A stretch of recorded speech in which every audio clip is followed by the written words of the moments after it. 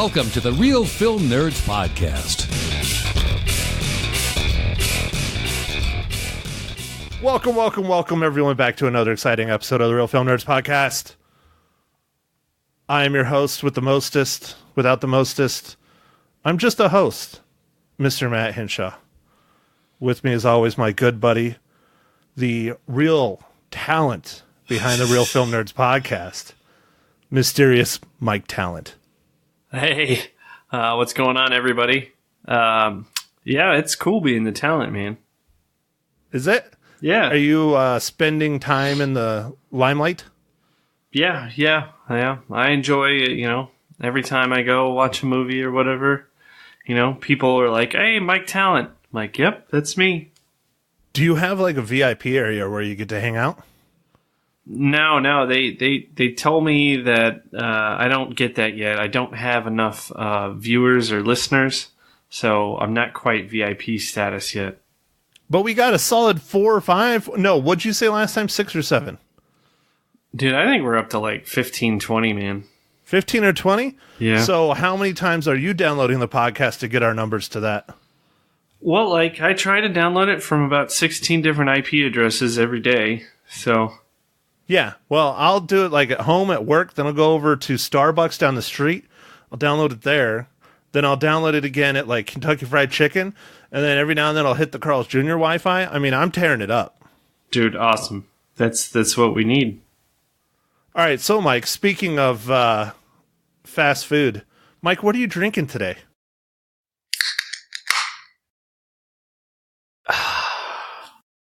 So I'm drinking a beer called Last Stop IPA. It's from a brewery called Brewbus. Brewbus? Mm-hmm. Where is Brewbus?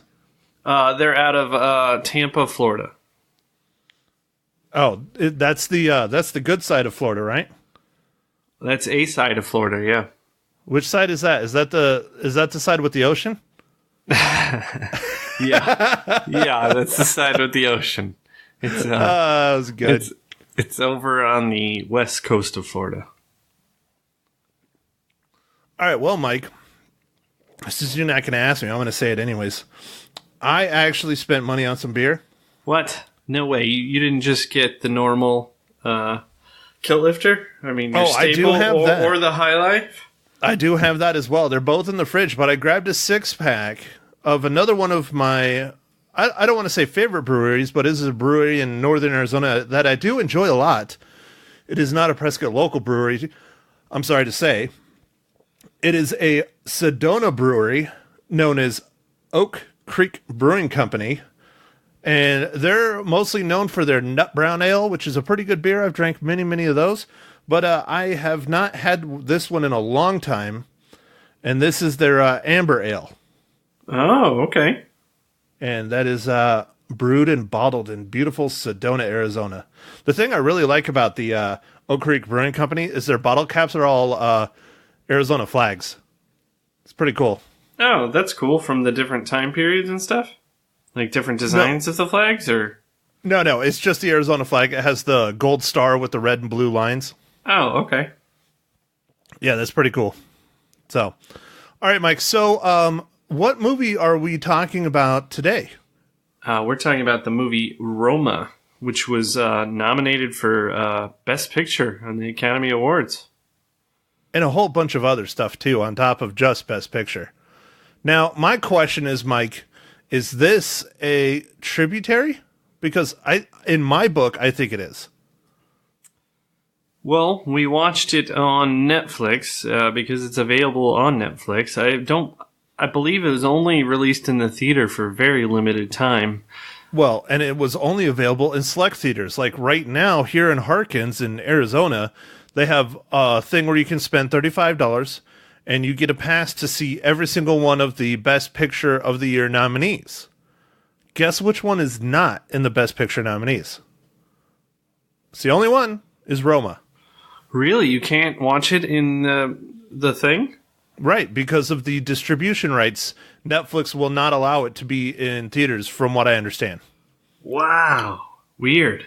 So I am going wholeheartedly with Roma is a Tributary, because the only place you can watch it as a public person is on Netflix right now. Now, if you're in probably LA or New York or one of those major metros, you probably could see it at a theater that Netflix has cut a deal with. But your general theaters, AMC, Harkins, picture show stuff like that, I don't think you can see Roma. I don't think they cut the deal. They won't let it in there. So, wow. Anyways, okay. All right, Mike. I guess it's still kind of on topic, but go ahead, give us the rundown on Roma. All right. So Roma was directed by Alfonso Cuarón and written by Alfonso Cuarón. It's starring Yalitza Aparicio, Marina de Tavernier, Diego Cortana Autry, and Carlos Peralta. And the summary of this movie is a year in the life of a middle-class family's maid in Mexico City in the early 1970s. Nice, dude. You nailed just about every single one of those. Yeah, thanks. You did good. You did all right. It's acceptable. It's a solid C+. Yeah. Well, I have trouble pronouncing names, and then different names from different languages are even harder for me. So, yeah, right. Yeah. Thanks. You did all right. You did all right, man. Seriously. Right. Cool. So, Mike, I'll let you start it out like I normally do. What did you think of Roma? This movie is, I didn't really know anything about this movie going into it. I just watched it because it was nominated for Best Picture, and it's pretty good, but it's another sad story, and it just kind of documents. It's very small, kind of view of just this family and just kind of things that go around with this family and the maid there's two maids, the two maids that help with this family, and I don't know. It's some of the shots and stuff are cool where he set up and stuff, but we had talked just briefly a little bit before we went on the pod, Matt, and the annoying camera thing that he does is like, I guess it would have been cool a couple times, but man, does it over and over and over, like relentless. Now, don't get me wrong. The first handful of times, I agree with you, it was cool. He's shooting with a wide-angle lens, and then he's doing like this really slow, like one-shot pan of like almost an entire room, if not an entire building kind of thing. And it's cool the first probably 2 or 3 times. The 30th time, it's like, are you kidding me? I'm really kind of getting tired of this. Yeah, there's some just strange kind of things in there. I mean, it's a somewhat strange movie in some aspects, but like, I was a little bit excited though, Matt. Oh yeah, I know exactly what you're talking about. Yeah, I was a little bit excited about a certain aspect of the movie, but I'll save that until we get to the spoiler area. But I was going to say he wasn't excited at all, and that's probably why you were excited. Yeah, exactly. Terrible. So anyway, I don't know. This movie it's okay, but I'm not exactly sure once again why the Academy nominated this movie. I can tell you exactly why, Michael. Why? Because it's in black and white. That's it? Is that all you need to do? I think so. I really do. I mean, this is an okay movie, but as far as being picture of the year, I don't see it. Like a few of Alfonso Cuarón's films in the past, I wholeheartedly agreed with them being nominated for Academy Awards, and one that really wasn't nominated for much. Gravity. That was a fantastic film, incredible. And then another one that a lot of people didn't see. I saw it when I was in college. I actually went to a screener for it when I was working for the ASU student newspaper, the State Press, was Children of Men. Oh, yeah, yeah. You really like that movie. I do. I really like that. But again, that's like the dystopian future stuff, and I really kind of like those stories. I don't know if it's so much the dystopian part, but I think it's more the future part that I really like about those. Yeah, and did you see he directed Harry Potter and the Prisoner of Azkaban? No, because I don't pay attention to the Harry Potter peoples. Because, it takes away from my time with the wars. Oh, okay. All right. Well, so, I mean, he's done some interesting stuff, for sure, and I just don't know why he chose that stupid camera thing over and over. Like I said, it was great. The first couple times, it was very unique. It was very pretty. It was very, very cinematic, cinematography-ish looking kind of thing. And, I mean, I think Roma got nominated for, best cinematography. But seriously, do it 2 or 3 times and cut it out, and do it during pivotal moments or really important moments. I mean, he was doing it during moments that really just didn't make a whole lot of sense on why you needed to do a shot like that. Yeah. Just my thoughts. I mean, and this is coming from a photographer who, I shoot kind of with 2 lenses and 2 lenses only for the most part when I'm running around working. I got my wide angle and I got my telephoto. Unless I'm doing studio stuff. So I love wide-angle shots. Yeah, no, I don't know. It's just a strange, I guess, choice. But, I mean, it was a choice. Yeah, it was, for sure. All right, Mike. So I don't know how much we can really discuss about this movie without spoiling it. I don't know. It was shot in black and white. It's a story about this family.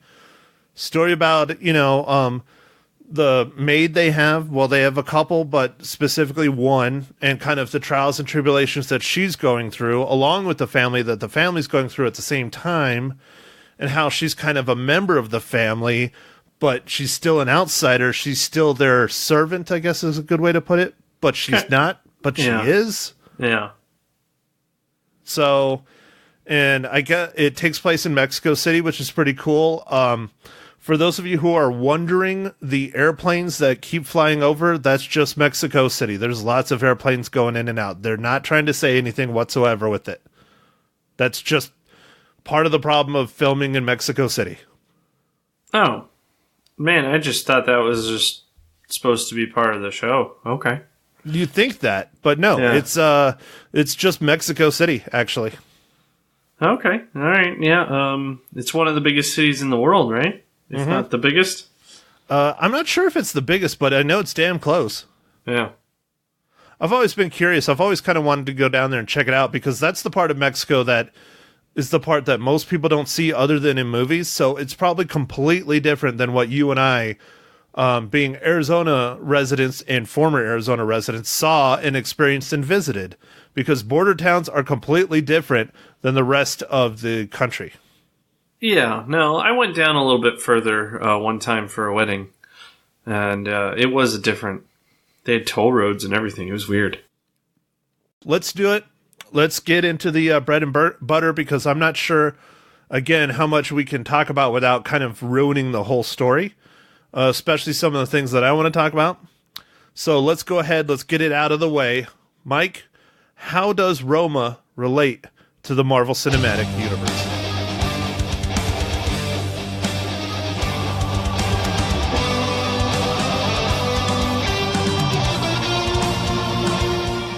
So, man, this one was pretty tough. Even though this is a recent movie, finding somebody who did something with the MCU was not a very easy task. But finally, after almost giving up and calling in, that I couldn't do it, I found Laura Holman. She's a digital intermediate producer. I'm not exactly sure what that means as far as the title, but check out the movies that she's worked on. Ant-Man and Wasp, Avengers Infinity War, Black Panther, Thor Ragnarok, Guardians of the Galaxy Volume 2, Ant-Man, Avengers Age of Ultron, Guardians of the Galaxy. So she has almost the entire MCU lineup under her belt. That's pretty interesting.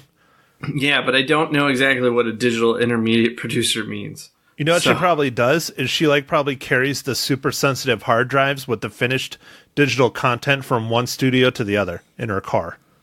Oh, so she's like a manager at Office Space? Yeah, yep. She's a courier and gets paid lots of money. Yeah. Well, do you actually do that? No. Well, Bob does that, but I tell him to do it. Dude, we need to do that movie. I know you're itching to do that movie. I love that movie. Itching to do it. All right, Mike, so let's go ahead and kick off our spoilers section for Roma.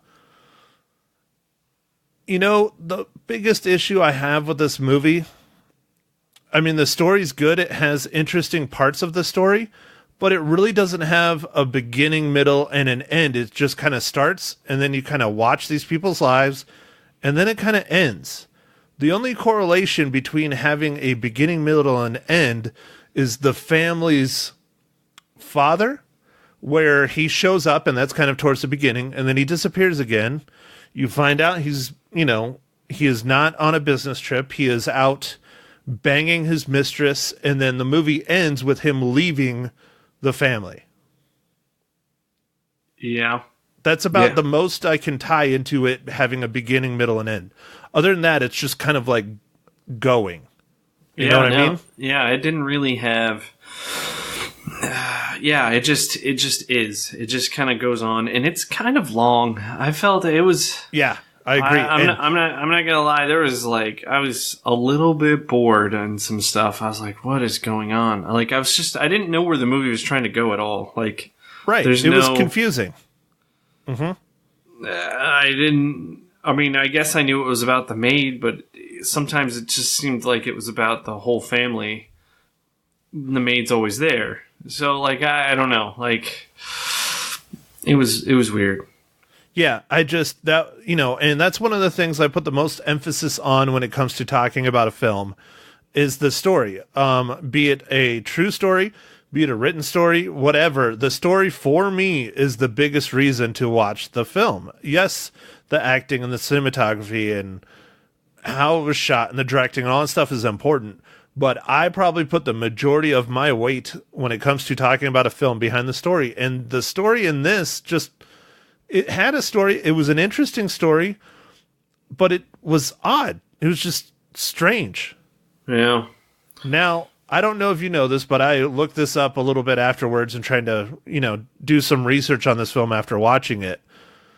Basically, this whole story is almost an autobiography of Alfonso Cuarón.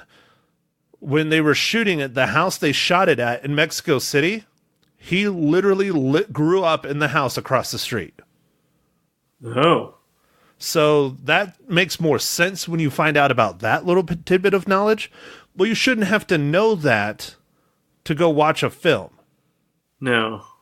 And this is very similar. I don't know how similar, but very similar to his life and him growing up in Mexico City during the 70s. He had a few maids and things like that. And, anyways. Interesting. No, I didn't know that. Okay. But still, when I learned that it was kind of an autobiography, that made a hell of a lot more sense to me and why people love it so much. But as just someone that's not in the industry, that doesn't know Alfonso Cuarón personally, I didn't know this story. I didn't know it was related to him. I didn't really, and now afterwards I'm like, okay, that makes sense, but why don't you just tell us that in the beginning of the movie and make the movie better? Right. Yeah. No, it was, I don't know, there's some scenes in the movie, Matt, the fire scene and the guy singing. I have no idea what that was about. Was that supposed to be artistic? I don't even know, man. That was weird. Well, and what's even more interesting is that he wasn't singing in Spanish or English. He was singing in, Dutch, I think, or something. Really weird. Yeah, dude, that was a weird scene. And then them trying to throw water on a forest fire. Again, I'm just being, nitpicky, but water on a forest fire doesn't do shit. Unless it's a small forest fire. Yeah, I don't know. That was a weird scene. One thing I did like was the Galaxy. That Galaxy was awesome, but they kept beating the shit out of that thing. I was like, not the car! Yeah, she couldn't drive it, man. And it was so funny that they parked it right in that like narrow alleyway thing. I couldn't figure out what that thing was. I think that's supposed to be like a carport, garagey kind of thing. And, you know, it is Mexico City, and they probably don't want their cars stolen. So if you notice, they park on the street a lot, but I think overnight they park in that little, you know, patio, side yard, carport kind of area. Oh, yeah, I did enjoy the dog shit everywhere, though, man. That dog was, woo, he was a pooper. Yeah, dude, he needs to get his colon checked, or they need to stop feeding him Mexican food or something. I don't know, man. Like, one time they came back, I was like... Dude, has it only been a day? And that dog has pooped like 80 times. Yeah, he lit it up, man. He lit that shit up. But that is one thing I do like. That was really, really neat. Was the intro where, you know, the water's coming across the screen and stuff, and then he slowly pans up, and you find out that's the patio, and she's cleaning off the dog shit. Yeah, that was kind of interesting. Yeah, it was. But oh, poor Mikey getting tired. Uh-oh. Yeah. No, that was it was I don't know, man. It's just a weird. So, what did you think of the acting then? I thought the acting was good. You know, yeah, I thought the acting was good. Yeah, I thought it was real good, especially from the main characters. The kids a little bit were kind of rough, but again, they're kids, so you kind of got to give them leeway. The kids, but the kids weren't in it too much. There's only a few scenes with the kids where the maid is kind of just talking to the kids and stuff. And there's a lot of chaos at times, like at the dinner table. Yeah, at least I felt it was. Where the kids are talking and like there's like 9 conversations going on and you're trying to read as fast as you can.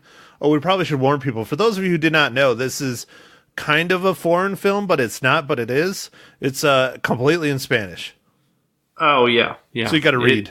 It's Spanish and it's in black and white, which Matt has said earlier. And,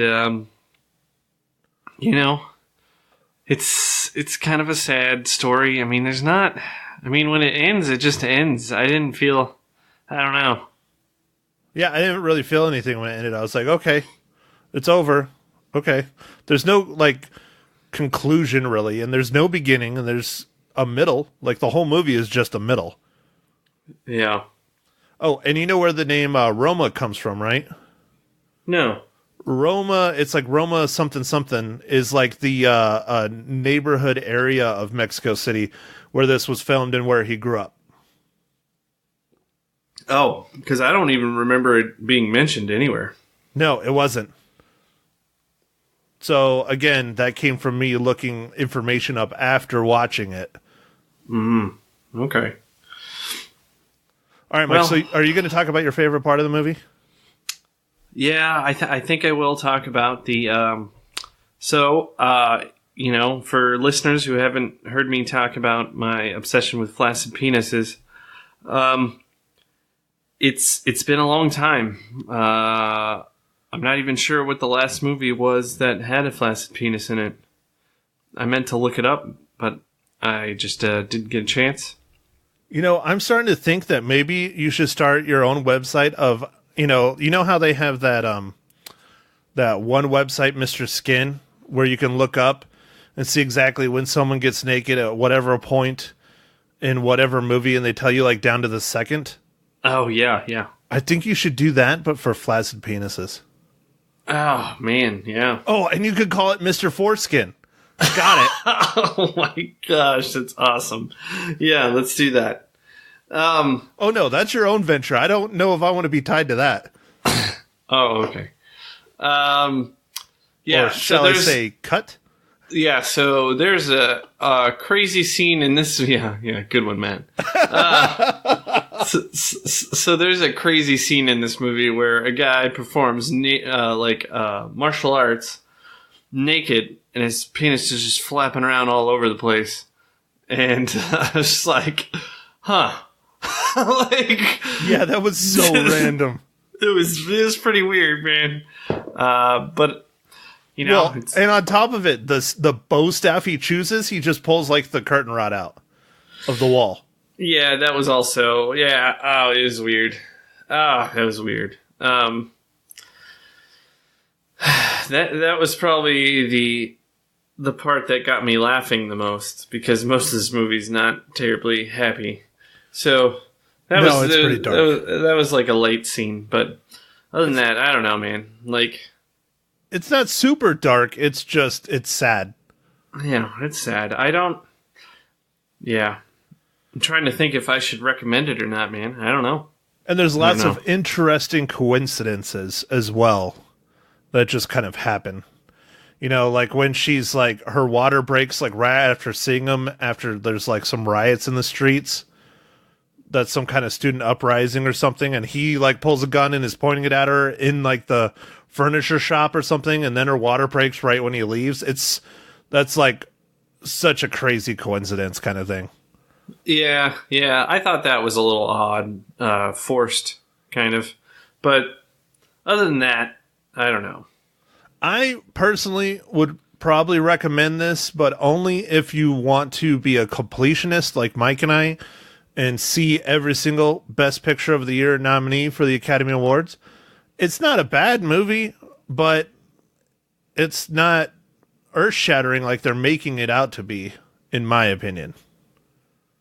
Yeah.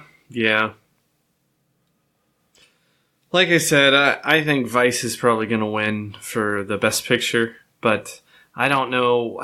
This one's weird, and I'm not 100% sure why it was nominated. It is a pretty good movie, but I don't know if it's Best Picture movie quality. I don't know.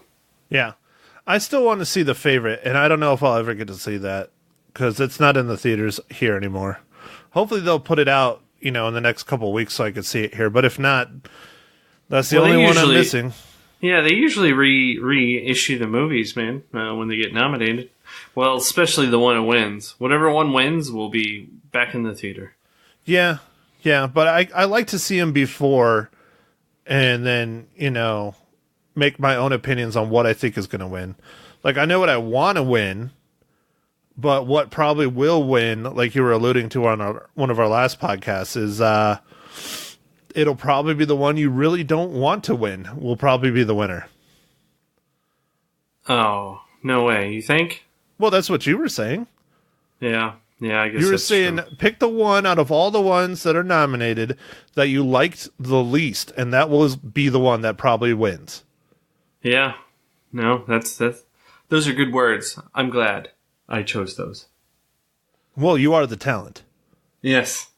You know it, man. You know it. All right, Mike. So, since you're not going to ask me, I will just go ahead and say it. Mike, I give Roma 4 out of 5 reels. Wow. With all that trash talking, you still give it 4 out of 5. All right. I didn't trash talk that much, but I still thought, it's a solid B movie. The biggest thing that bothers me is the story, and the constantly used shot. That's about it. The rest of it is interesting. The acting is good. The choice of black and white is fine. I don't have a problem with that. Yeah. Well, I still just don't think it should have been nominated for Best Picture of the Year. I'd rather see Infinity War in here, personally. Yeah. If they're going to have a comic book movie in there, it should have been Infinity War. Well, no, have Infinity War and Black Panther in there. I mean, don't get me wrong, Black Panther was a good movie, but I still, in my personal opinion, don't freaking sacrifice me here, people, but I still think Infinity War is better than Black Panther. Yeah, no, I think it was too. All right, Mike. So, how many reels do you give Roma? Yeah, I'm a lot harsher, Matt. I'm gonna give it 3 out of 5 reels. I don't know. It's okay. It's just average for you. Okay. Yeah, it was okay, and I don't know if I want to tell anybody to see it because it's not. I mean.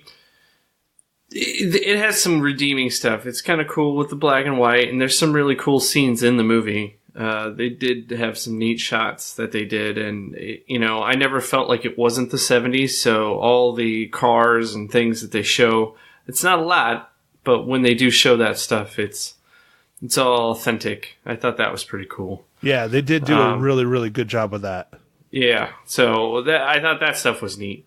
The things that are going on in the background, you don't know a heck of a lot what's going on, but that's okay. You don't need to.